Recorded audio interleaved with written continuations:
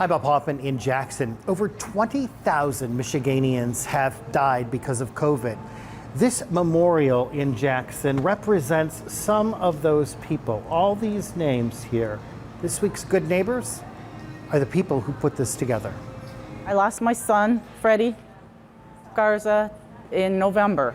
He was 42 years old, got COVID, went in the hospital and never came out. We first introduced you to Laura this past March after she lost her son. She shared her plans to honor her son, Freddie, and the thousands of other Michiganders who died during the pandemic. Laura and her daughter-in-law, Cheryl Garza, Freddie's wife, came up with the idea of a COVID memorial. It's a wall of hearts with the names of people who have lost their lives to the virus. Each heart also represents a story. He and I had a conversation that really struck home one day because he had asthma, and it was in March before he passed in November. In March we were talking about it, and he said, if I get this, I'm not going to make it. I'll be on a ventilator and I'll be alone. And that's exactly what played out in November. Cheryl and Laura started the COVID memorial earlier this year. Since then, they've added more than 200 hearts with the names of individuals who have lost their lives to COVID. Marcus Keach helps keep the COVID memorial in Jackson updated. A lot of times you'll hear the little kids, they'll ask the questions of what's going on, what is that, and then you'll hear their parents explain to them, and their eyes kind of fill a little bit, and it's a realization, but really hearing from the families, seeing the difference it makes for them.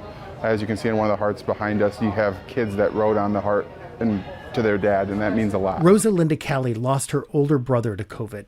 My brother, he just liked to hang out with people. He was social. He loved to be with people. That's us with our mom. Don Hill lost his wife to the virus early in the pandemic. He says he's grateful for the Michigan COVID Memorial. When Nancy was in the hospital, they basically told me, he says, many times, we don't know what to do. And they didn't.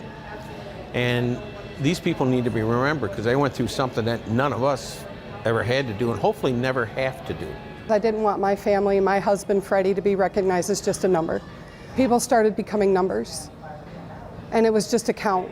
And the count kept rising and rising and rising. And it was like at some point, somebody's got to recognize that these are our family.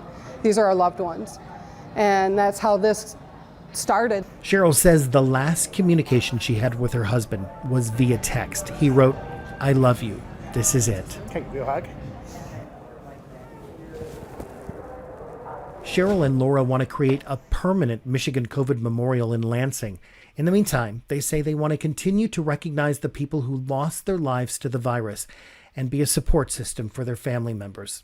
If you'd like more information on the Michigan COVID Memorial, visit our website, fox47news.com/Good Neighbors.